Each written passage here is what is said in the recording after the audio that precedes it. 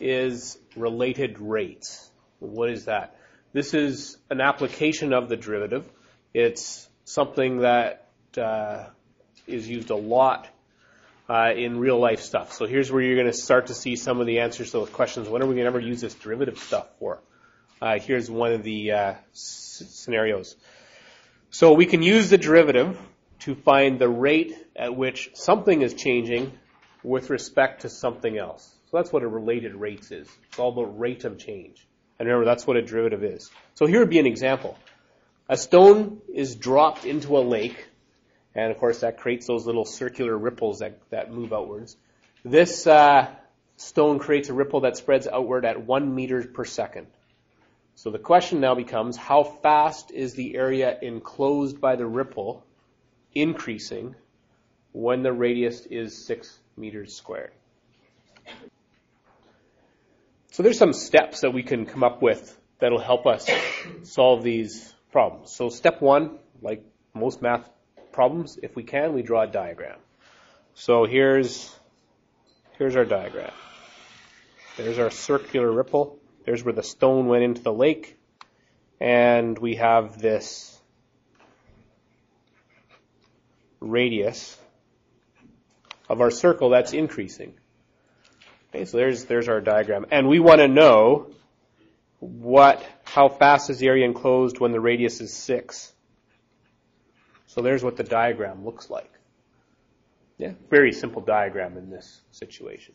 So that's step one. Always draw a diagram. Step two is list the things that we know and the thing that we want to find. So what is the information that we know in here? What do we know? There are two things in the question that we know. What's one of them? The radius. The radius is 6 meters. That was a given thing. That was right here. R is 6. And what's the other thing that we know?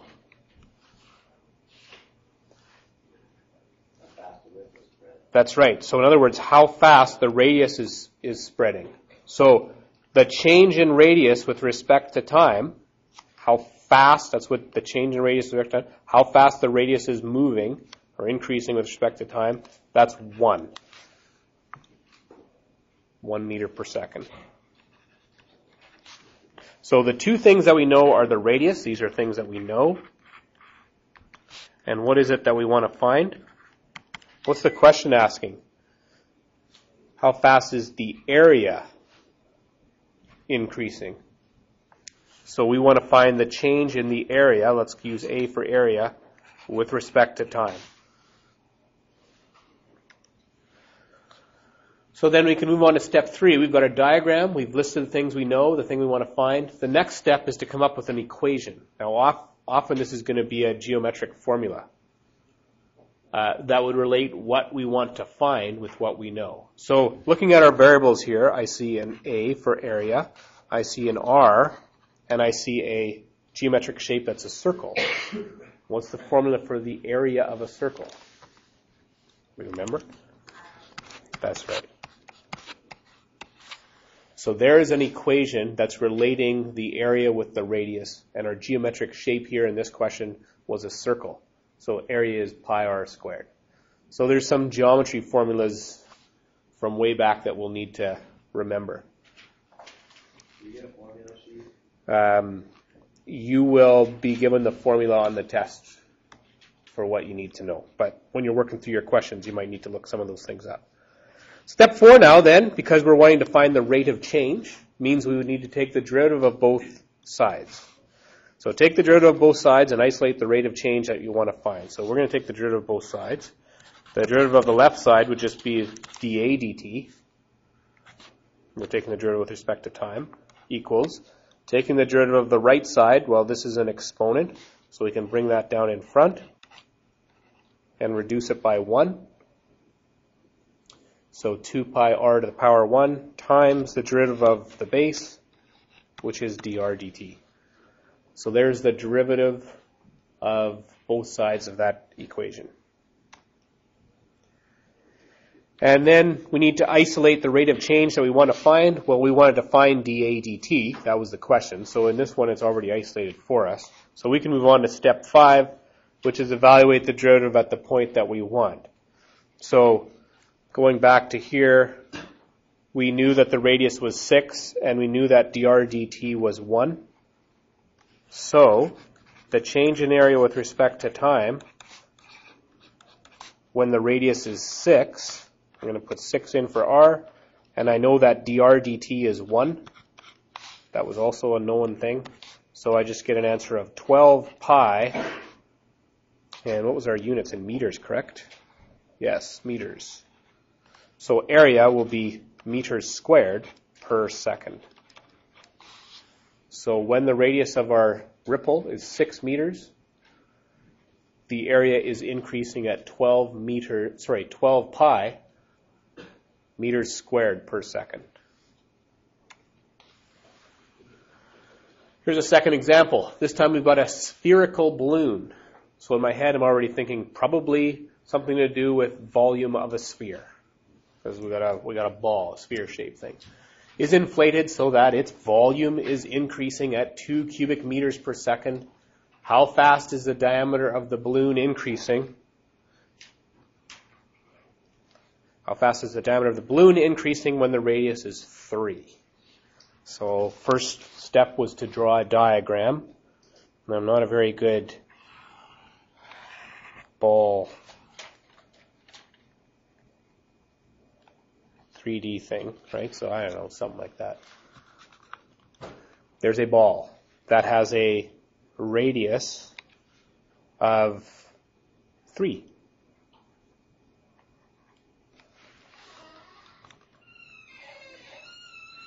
Spherical balloon is inflated, so the volume is increasing at 2 meters per second. So we're going to write down now the things that we know and what we want to find.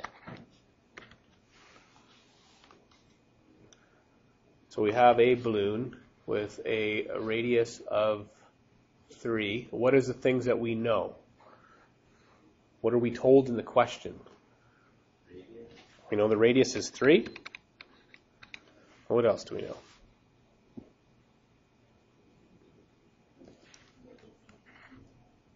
The volume is increasing at 2 cubic meters per second. So that's change in volume with respect to time is 2. Change in volume with respect to time is 2 cubic meters per second, technically. And that's all we know, correct? Yes? Good. What is it we want to find? So we want to find the change in the diameter. We'll use capital D for diameter with respect to time. Now, this question's got a bit of a problem. Well, let's move on to the next part here first. So moving on to step 3 is the formula. And it's the formula for the volume of a sphere. Anybody know what that is? I think it's 4/3 pi r cubed.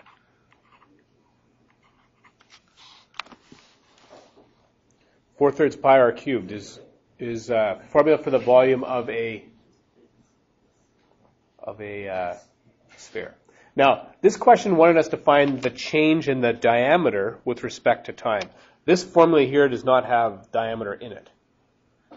What we could do is we could just worry about finding the change in radius with respect to time and then double it.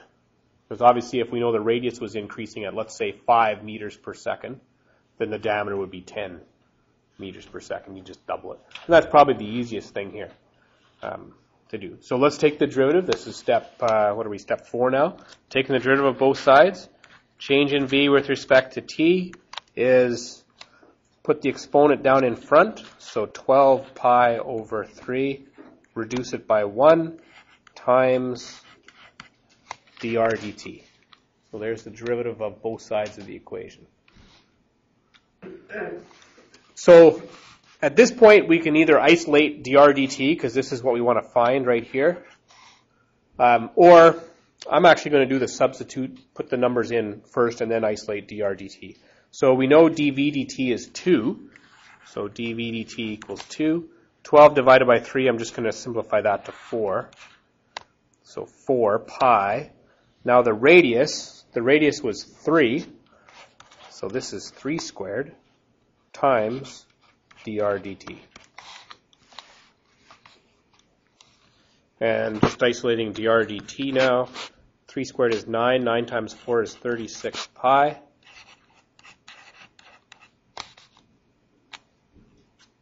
Let's go up here. So dr dt would equal 2 divided by 36 pi, which becomes 1 over 18 pi. So the change in radius with respect to time would be 1 over 18 pi meters per second. But the question was the change in diameter with respect to time. So the change in diameter with respect to time would be 2 times the radius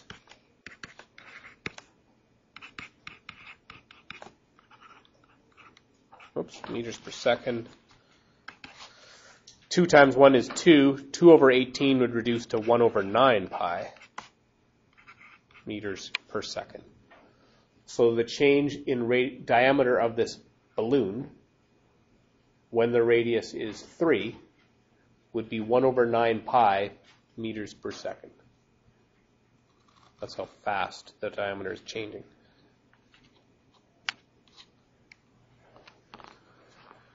We've got a rocket here rising vertically, being tracked by a radar station that is on the ground 5 kilometers from the launch pad. How fast is the rocket rising when it is 4 kilometers high and its distance from the radar station is increasing at a rate of 2,000 kilometers per hour? So there's a lot more information in this question. So this is why the diagram is important, because it'll help us to break it down. So we've got a rocket. Let's make some ground here. Here's some ground. We've got a rocket here.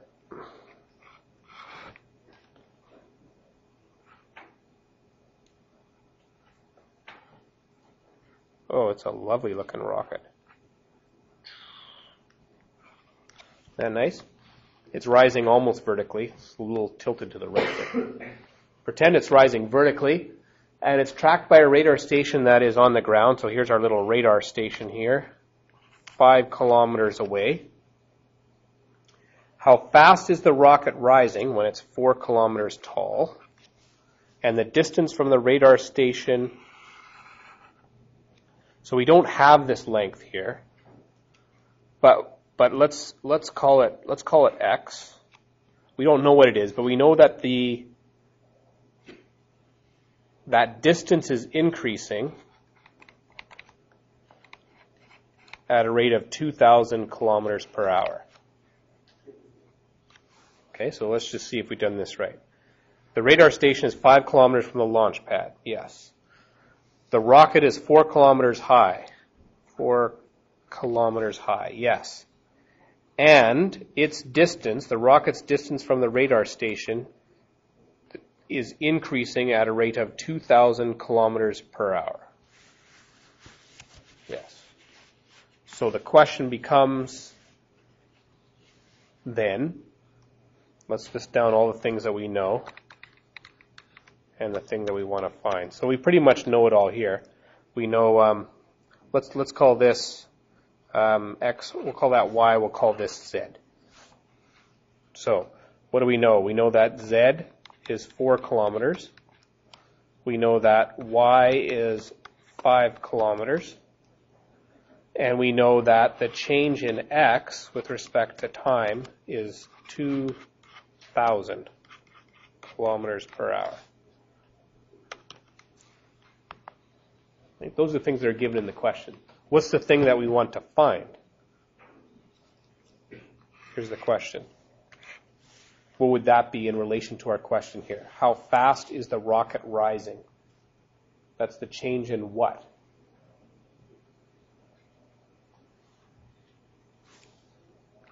Change in z, right? This is the height of the rocket here, z. So we want to know what is the change in z with respect to time. That's the question. We want to know how is Z changing with respect to time? How fast is the rocket rising? So we now know, we've listed the things that we know. We have the thing that we want to find. We now need an equation that relates those three variables, x, y, and z. And Pythagoras' theorem, because assuming the rocket was rising straight up and down, like the question said, would say that z squared plus y squared equals x squared. So here's our formula. All we need to do is take the derivative now, and we'll be able to find what it is that they're asking. So taking the derivative of the left side, exponent down in front, reduce it by 1 times the derivative of the base, dz dt. That's what we want to find. So that'll be our unknown. Plus the derivative of this one is 2y to the power of 1 times dy dt equals the derivative of the right side, so 2x to the power of 1 times dx dt. So this is what we want to find, which means we need to have all these other values. We need to know what z is, we need to know what y is, dy dt, x, and dx dt, and we do not have these all up here. So, do we have z? Yes, it's 4. Let's put that in. And the dz dt we won't know because that's what we're trying to find. Now, do we have y? Yep, 5. Now, what is dy dt? What is the change in this distance with respect to time? How is this distance changing with respect to time? It's not. So what's dy dt? 0. This radar station is fixed, and the launch pad is fixed, so y is not changing. So dy dt is 0. Equals. Now, we do not have x, but we can find x. So we just need to do Pythagoras' theorem. We know this is 4. We know this is 5. So 4 squared plus 5 squared equals x squared. 16 plus 25, 41. So x will be the square root of 41. Okay, just using Pythagoras to actually find out that distance. And dx dt was given to us. That's 2,000.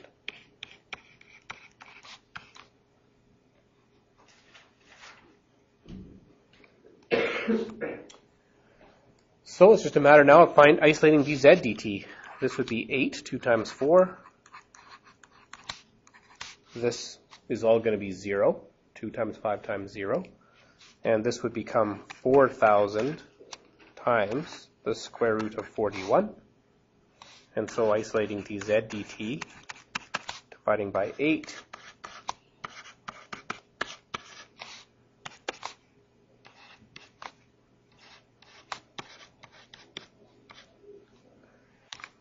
would give us this. Now we just need to work our units out. And we were working in kilometers. So, and this is a rate, a change in kilometers with respect to time. So our units are kilometers per hour. And if we wanted, we could get a calculator out and figure out what 500 times the square root of 41 is to get an approximation. But the exact speed of that rocket is 500 root 41 kilometers per hour in a vertical direction.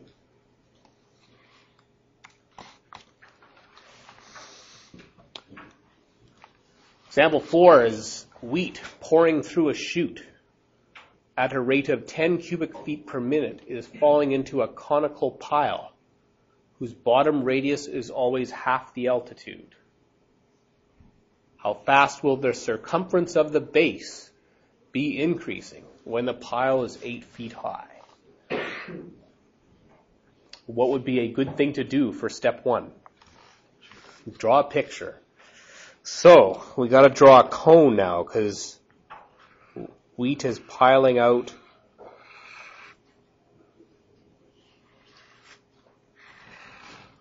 So wheat's coming out and it's pouring down into this conical pile. Now, it falls into a conical pile whose bottom radius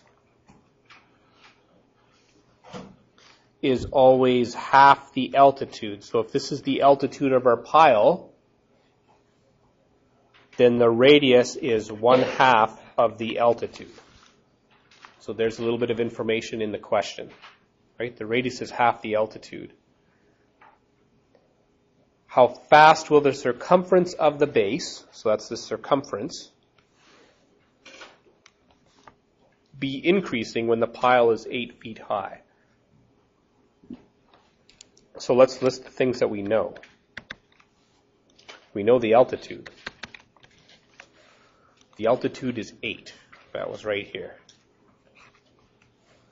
If we know the altitude, then what would the radius be? Radius was half the altitude. So if the altitude's 8, the radius shall be 4. Good. So let's see. We pulled that out of there. We've got the radius because it was half the altitude. We've got the volume. We just poured through a chute of a rate of 10 cubic feet per minute. So the change in volume with respect to time is 10. Volume is increasing at 10 cubic feet per minute. What is it that it wants us to find?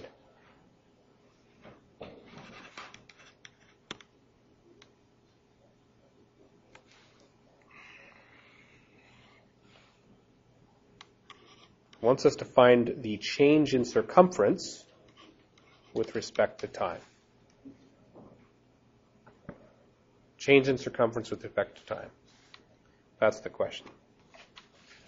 So the next step is to come up with a formula for the that relates this information. So volume and radius. We might try to use the formula for volume of a cone. What's that? Well, what if we did this? What's the formula for the volume of a cylinder? Anybody remember that one? The area of the base, which is a circle, so pi r squared, times the height. Well, the height is a, but the cone is 1/3 of the volume of a cylinder. So the formula for the volume of a cone is 1/3 pi r squared times its height, which in our case is a. What's going to be the problem with this, though? If I take the derivative of this, am I going to get the change in circumference with respect to time? Do you see a circumference in this formula? No. So how can we get circumference out of this formula? Is there another formula that relates circumference of a circle to something else? Remember this formula? Circumference is pi times the diameter for a circle. Or if you like this,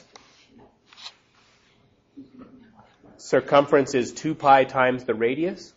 In this formula here, for the volume of a cone, I will be able to find dr dt, the change in radius with respect to time. Once I know the change in radius with respect to time, I could put it into this formula and find the change of circumference with respect to time. So this is a tough question, in that we have to use two formulas to get to what the question's asking. So this is definitely the upper end of the difficulty level. We also have a problem here, and that if we take the derivative of this function, we'll also have the change in area with respect to time. And we do not know what dA dt is. That's not something that we're given. So we have too many variables in this equation.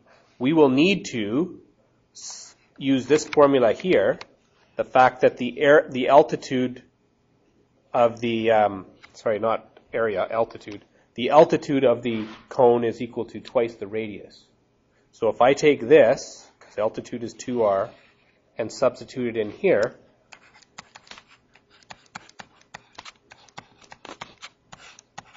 now I have a formula for volume that is based on radius only. And this will be a much easier one to take the derivative of. Let's just tidy it up here. So 2 pi r cubed over 3. There's the volume of this particular cone. So taking the derivative, dv dt will be 6 pi r squared. That's bringing the 3 down in front and reducing it by 1 times dr dt all over the 3 that's still down there. And tidying this up a bit more, 6 divided by 3 is 2. So 2 pi r squared dr dt.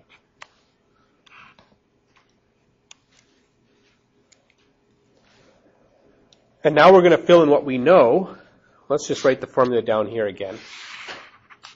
So we had dv dt equals 2 pi r squared dr dt.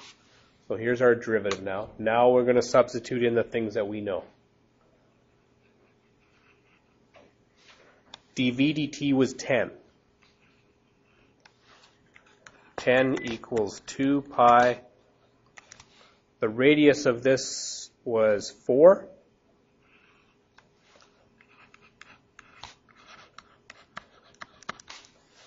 And 4 squared is 16. 16 times 2 is 32.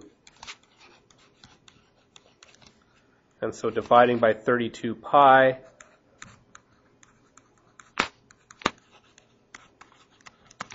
and reducing